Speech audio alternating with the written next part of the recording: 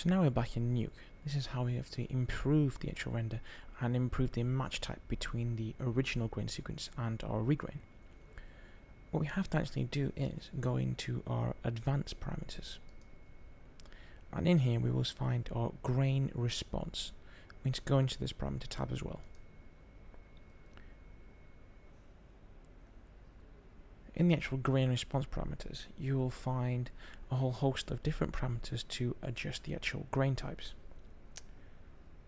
Now the parameters under response allow you to actually vary the amount of grain added to be varied as a function of the image luminance. In the actual grain response parameters, we can actually apply the grain in a series of different color spaces.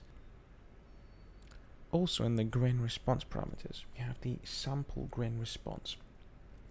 In its default setting, the actual regrain node adds the same amount of grain over the whole image. However, the amount of grain on an image is normally a function of luminance.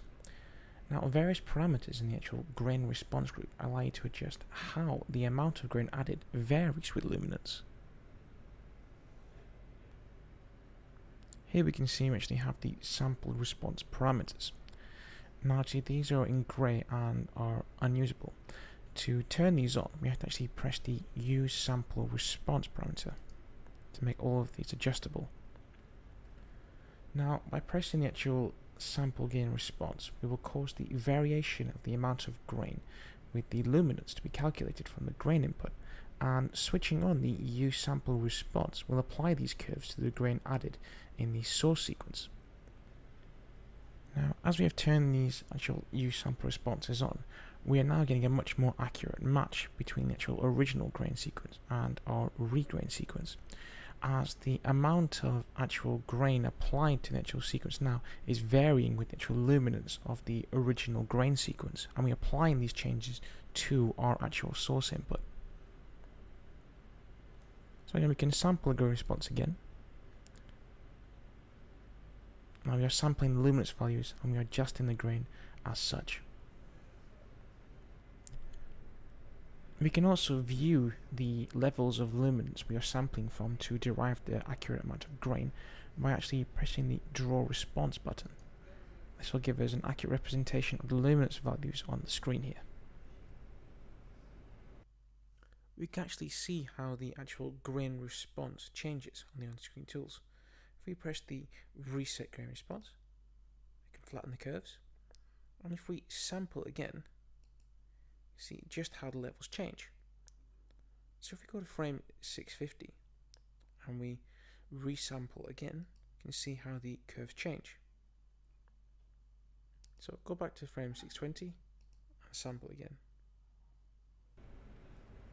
Now, with these actual sample response turned on, the amount of grain added to the actual low lights, midtones and highlights of the image can be adjusted using the low grain, mid grain and high grain parameters.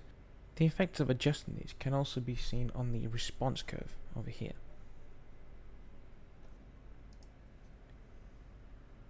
Now we have actually used our sample response to vary the amount of grain to the actual luminance changes in the original grain image. We can actually get a much more accurate render. However, in our previous render, we did actually see that there wasn't enough grain applied, and the grain that we did have applied on the sequence was actually quite large. So what we have to do now is actually change the grain amount. Now we can change this to 1.9. If we're applying just a little bit more grain, and also we have to do is to shrink the size down of the grain in our actual regrain sequence. So you can see it's quite large at the minute. So I'm going to change this down to 0.8. Which means to apply a much more accurate grain. If we show the difference between the two, we can cycle through the images.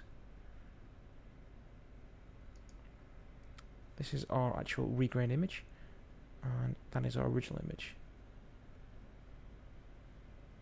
Now the size of the grain, the amount of grain, is matching up quite nicely. So what we have to do now is to get an accurate render of this. So go ahead and render this out and we can actually view the results.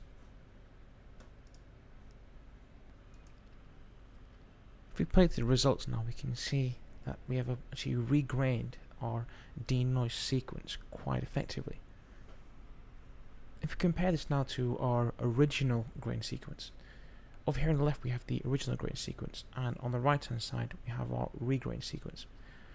As you can see, we have matched the grain type quite effectively and accurately. We've produced a good quality render.